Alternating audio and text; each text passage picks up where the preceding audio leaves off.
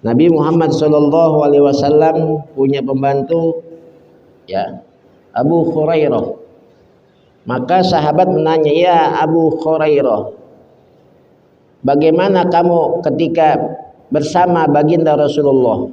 Apa jawab Abu Hurairah?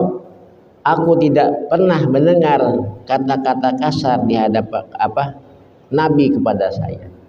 Ya, Abu Hurairah. Ya. Makanya Nabi mencontohkan, ya.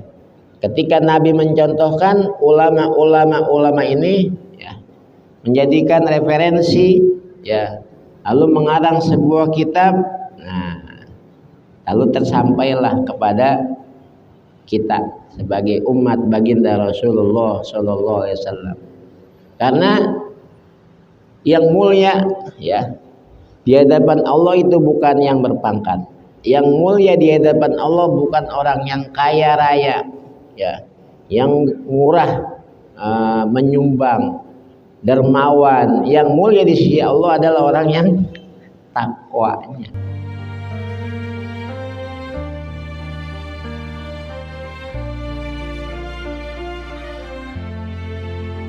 Ada sebagian pendapat yang orang mungkin, ya, entah di hatinya tersimpan apa, yang mengatakan bahwa ada itu acara maulid, ya, ya, manggil Nabi Muhammad ya Muhammad aja, nggak usah Sayyidina. Ya, oke dah, sekarang main akal-akalan. Kamu punya bapak, ibu, manggil coba nama bapaknya, nama aja pakai bapak gitu ya. Ya. Misal nama bapaknya Ahmad, anak manggil ke bapak Mat. Ya, dilihatnya gimana gitu ya. Itu bocah songong. Secara akal, ya. Ini manusia pilihan, ya. Manusia yang ditunggu-tunggu kelahirannya, ya, oleh makhluk, seluruh makhluk baik yang berada di daratan maupun di lautan, ya, menanti datangnya baginda Rasulullah, ya. Dan bahkan, ya, nama Nabi Muhammad senantiasa disebutkan dalam setiap kita sholat. Ya. Sebelum sholat pun disebutkan nama Nabi Muhammad dengan kumandang azan. Ada orang kayu ringin yang namanya disebut-sebut. Ya. Nabi Muhammad ini kemuliaannya, ya. Oleh karenanya sebagai rasa cinta kita, ya, di samping kita mengamalkan apa yang diajarkan oleh Rasulullah dan menyebut nama Nabi kita Muhammad dengan sebutan, kalau orang Jawa kanjeng, ya, kanjeng. Kalau orang Arab Sayyidina, pemimpin, ya, pemimpin. Nabi Muhammad. Memang mesti kudu begitu. Karena tanpa beliau Islam nggak ada di kayu ringin, nggak nyampe, ya. Dalam sholat pun kita senantiasa menyebutkan, ya, tasyahud awal dan tasyahud akhir. Bahkan dalam tasyahud awal, apabila kita tidak menyebutkan Nabi Muhammad, Allahumma sholli ala Sayyidina Muhammad, itu disuruh melakukan sujud sahwi. Ya. Kita nih sholat sendirian di rumah, baca karena keburu-buru, ya, mau ada urusan, asyhadu an la ilaha illallah wa asyhadu anna muhammadar rasulullah, langsung Allahu akbar diri. Nah, nggak disebut namanya, ya, disuruh sujud sahwi. Bahkan bisa jadi batal kalau di tasyahud awal, di tasyahud akhir nggak dibaca, ya, sholatnya, ya. Saking apa? rukunnya dalam sholat. Kemarin sudah disampaikan rukun-rukun sholat ya. Nah, diterapkan ya. Dan kita pun harus tahu ketika adab-adab ketika menjadi makmum dan menjadi muazin. Ini sering mungkin lupa. Kemarin sudah saya sampaikan, ketika ada orang yang sudah mengumandangkan azan, maka dialah yang punya hak penuh qomat. Tatkala qomatnya direbut orang, mau gak usah marah ya, kan ada orang yang sangat diagungkan oleh Allah menahan marah ketika saat itu kita marah gitu, dimuliakan. Cukup dengan menegur dengan baik, menegur dengan baik ya. Memang itu salah ya, memang itu kita akui salah, tapi cara peneguran dengan baik. Mas, besok-besok kalau sudah ada yang azan, maka haknya dialah yang azan yang qomat gitu ya. Jangan langsung kita di hadapannya dengan emosi, jangan ya. Akhirnya kan ya, biasanya salaman nggak salaman ya, karena ada kesalahan aja, miskomunikasinya kurang baik ya, dirubah ya. Karena mungkin kita maklumin, mungkin dia belum dengar hal ini, belum tahu ya. Kalau yang sudah tahu, izin dulu, boleh saya qomat begitu, boleh saya mengqomat. Kalau sudah ada, oh silakan, enggak qomat.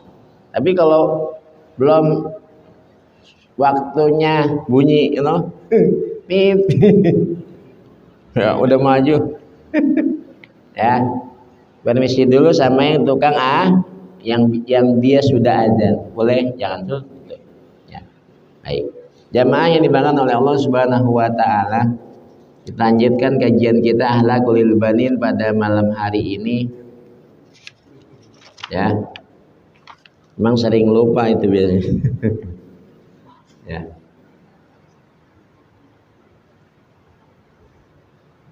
Adabul waladi ma'al khadimihi. Nah, sampai ke sana ya. Ulama mengajarkan bagaimana kita adab ketika bersama pembantu ya. Jangan mentang-mentang pembantu namanya si Inem. Ya.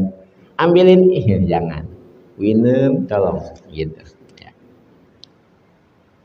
Khadimuka huwallazi yastaghilu fi baitika.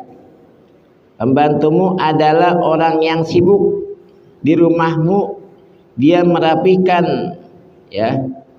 Dia merapikan perabotan rumah ya. Dia merapikan perabotan rumah. Yurattabu asasahu wa yunadzifu sahatahu. Di samping itu dia merapikan perabotan rumah, membersihkan halaman rumah kita, menyapu ruangan rumah orang tua kita, dan menyuruh pembantu dalam beberapa keperluan itu kita nih. Wayaknisu qa'atahu wa ya'muruka abuka fi hajatika. Ya, orang tua kita juga menyuruh. Wa kadzalika khadimuka, itulah pembantu kita. Fahiyallati tatbahu ta'amak. Walaupun dia pembantu ya, dia sering membantu dalam urusan rumah kita, bersih-bersih. Dan ketika dia makan, menyajikan makanan, maka kita pun sebagai tuan rumah menyuruhnya, ayo makan bareng gitu ya. Jarang jarang gitu ya, pembantu sibuk di dapur, kita mau nyam oh jarang Ya. Jadi dia juga ikut makan bersama kita. Ya, itu bagusnya ya. Karena dia yang menyiapkan makanan dan juga kita mengajaknya untuk ikut serta dalam makan bersama.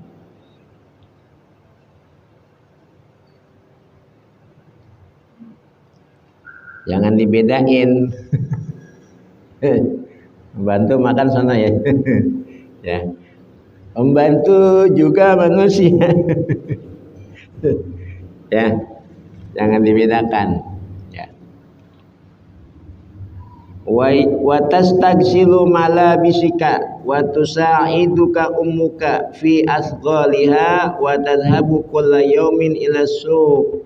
Dia juga mencuci pakaian kita, ya membantu ibu kita dan dia sibuk pergi setiap hari ke pasar. Oh, membantu tuh. Ya kita makan tinggal apa? Bapak-bapak mah tinggal ada pemakan hari ini. Dulu lagi masih tugas. Sekarang nggak ada ya. Jadi kalau membantu gimana tuh makannya?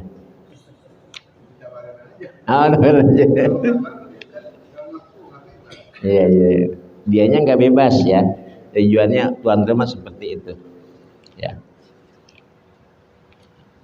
Jadi Islam mengatur, agama mengatur agar tidak membedakan ya dalam hal makan. Ketika ada pembantu di rumah, ajak dia makan bersama keluarga. Sayyidina Umar bin Khattab kan ya ketika dia pun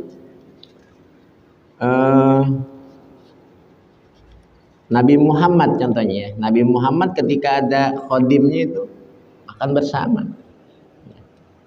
Tidak membedakan ya. Kalau makan roti ya roti. Ya. Jangan kita makan roti dia sisa kita. Ya jangan. Fayajibu alaika an tasta'malal ahlak hasanah ya. Ahlaqal hasanata ma'al khadim wal khadimah. Wajib bagimu berakhlak baik saat bersama pembantu laki-laki atau pembantu perempuan.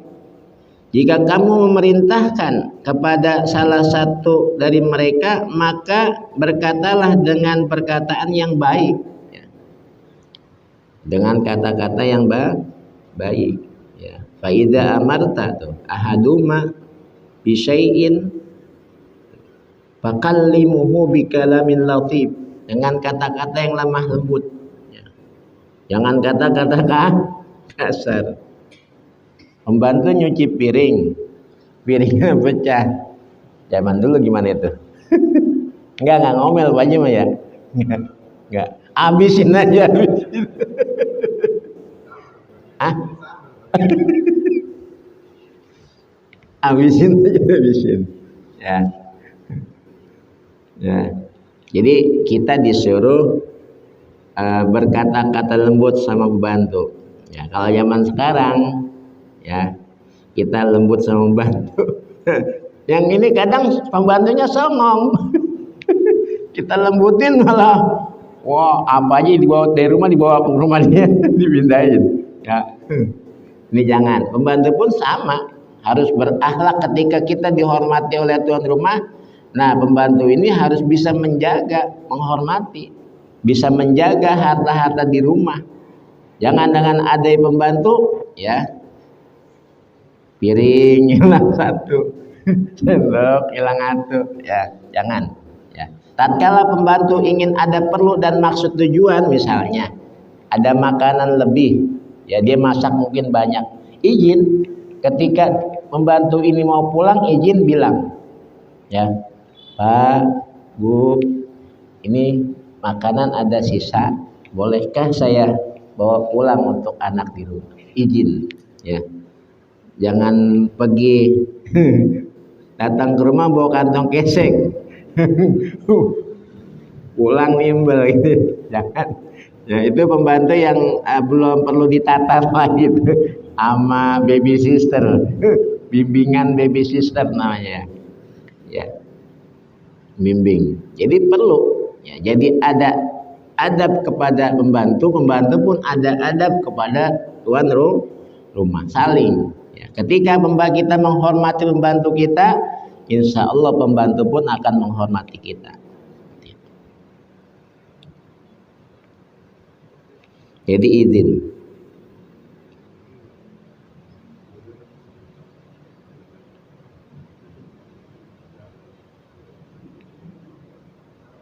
Wala tu'adzihi aw tatakabbaru alaihi wa idza ghalita fala tanharhu. Tuh. Ya. Jadi berkata-kata dengan perkataan yang baik, janganlah menyakiti atau sombong kepada mereka. Jika mereka salah, janganlah mencela, tapi ingatkanlah dengan kata-kata yang halus, dan maafkanlah. Jika kamu yang salah, maka janganlah engkau sandarkan kesalahan kepadanya. Kita yang salah yang punya rumah. Yang jadi sasaran pembantu itu nggak baik gitu ya. Pernah kejadian itu ya dulu. Oh, mudah-mudahan enggak. Kalau pernah terjadi seperti itu, tatkala pembantunya masih ada, kita minta maaf. Ya, ini etika atau adab-adab yang diajarkan oleh baginda Rasulullah Shallallahu Alaihi Wasallam lewat akhlakul bani, ya. Jamaah yang dibagikan oleh Allah Subhanahu Wa Taala, begitu mulianya, ya. Kita sebagai hamba Allah, kita saling menghormati satu sama lain. Apakah tidak memandang apakah itu orang yang pejabat? Tidak memandang apakah itu bukan pejabat. Ketika kita menghormati seseorang karena kekayaannya, maka haram hukumnya. Kita ngomong banget karena sebab kayanya itu. Ya, itu nggak baik dalam agama. Jadi dia telah menyekutukan Allah Subhanahu wa taala. Hormatnya karena kekayaan saja. Dia nggak mikir tuh bahwa kekayaan itu adalah amanah yang diberikan oleh Allah Subhanahu wa taala. Ya. Apalagi zaman sekarang sudah mau pemilihan lagi, ya. Tuh, ada Pak Dewan datang. Wah, dewan. Wah, calon dewan caleg. Ya. Wah. Kita orang mau jalan mau salam, jangan. Hati-hati, ya. Sama. Dia juga manusia, kebetulan tahun ini dia mencalonkan, ya, dan ada dananya. Kalau nggak ada dananya nggak mungkin. Ya mendingan kita tidur ya.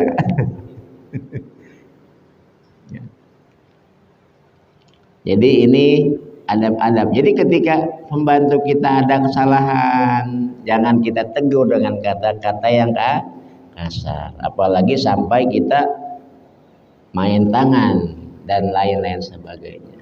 Jaga, ya. Sampai sana. Wa ijada'utahu falam yujibka halan. Jika kamu memanggil pembantu lalu ia tidak menjawab secara langsung, maka janganlah, ya, jangan marah. Karena mungkin saja ia tidak mendengar suaramu. Manggilnya,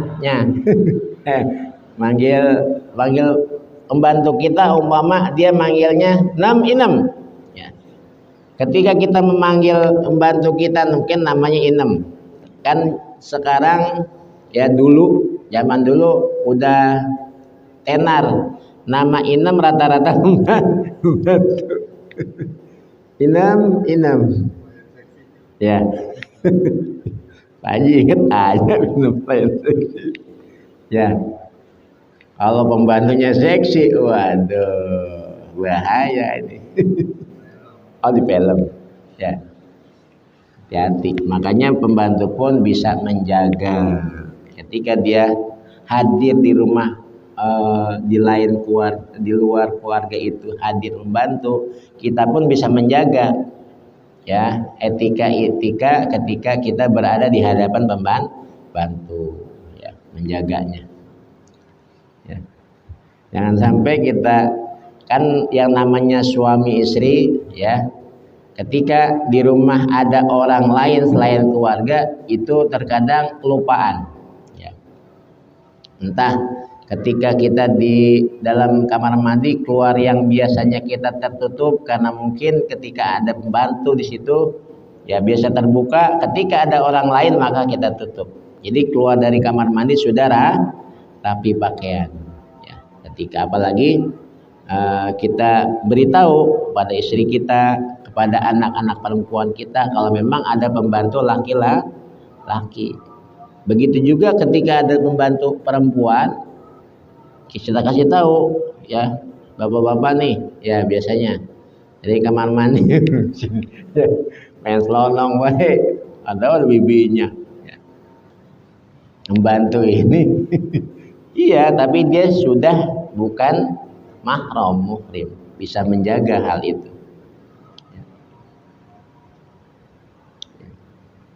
Ada batasan-batasan. Tapi ketika kita makan enak, membantu pun harus makan enak. Kita beli anggur, makan anggur bersama keluarga, membantu pun juga ikut makan. Ya.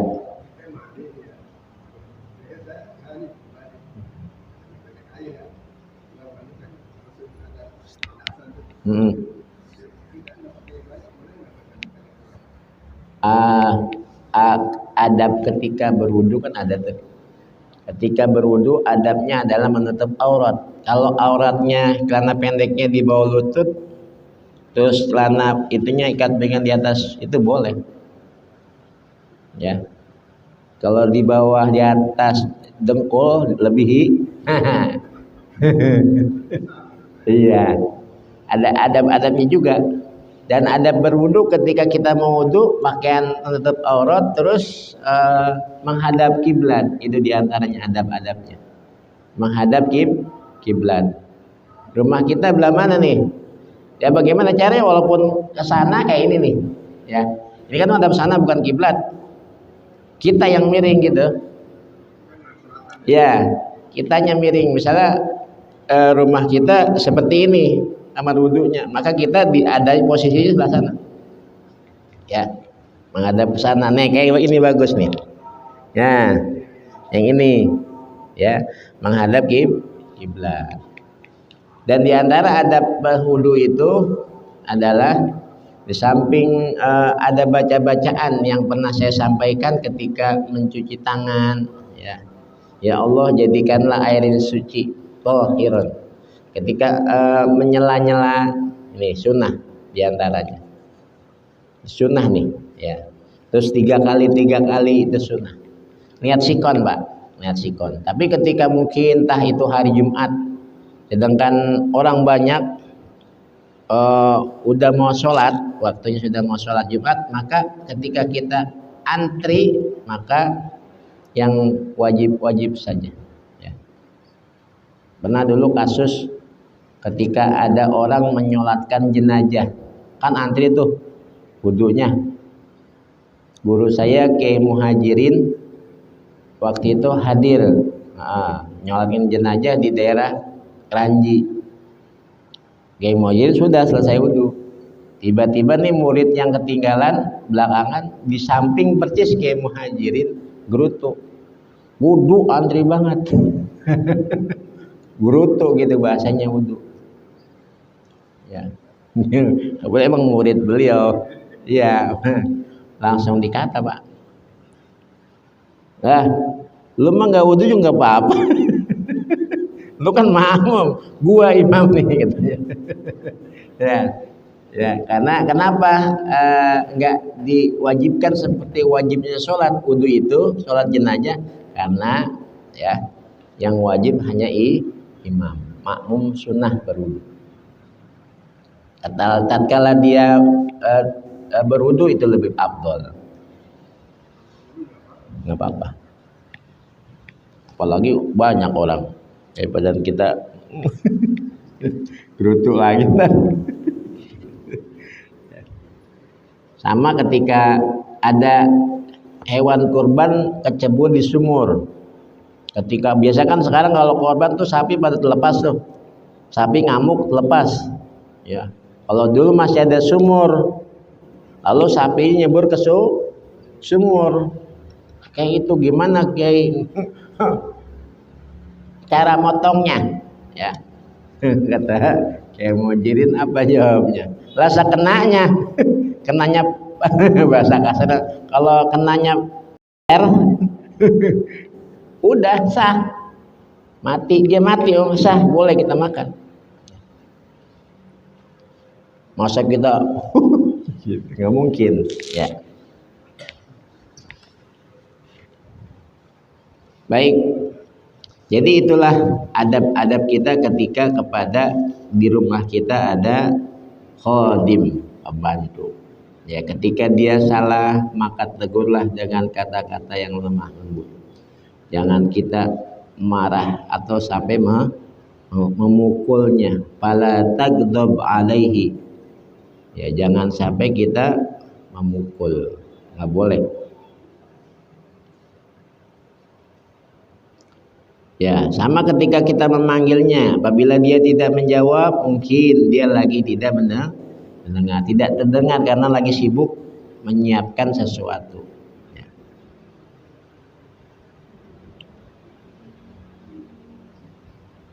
Idza amartu bi syai'in fa'abta'a fala ta'jal fi intabihi farubbama huwa mamdurun wahdhar an tadribahu aw tasdimahu aw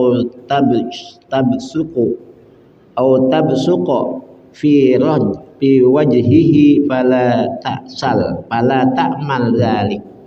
Ya. Begitu pula di saat kamu menyuruh kalau ia lambat, maka jangan langsung ya memakinya. Mungkin saja ia sedang uzur. Berhati-hatilah, jangan sampai kamu memukul, menghina, dan sampai naudzubillah meludahi di hadapannya. Jangan sampai. Maka tidak akan, ya, jangan sampai kita melakukan itu, pembantu. Ya.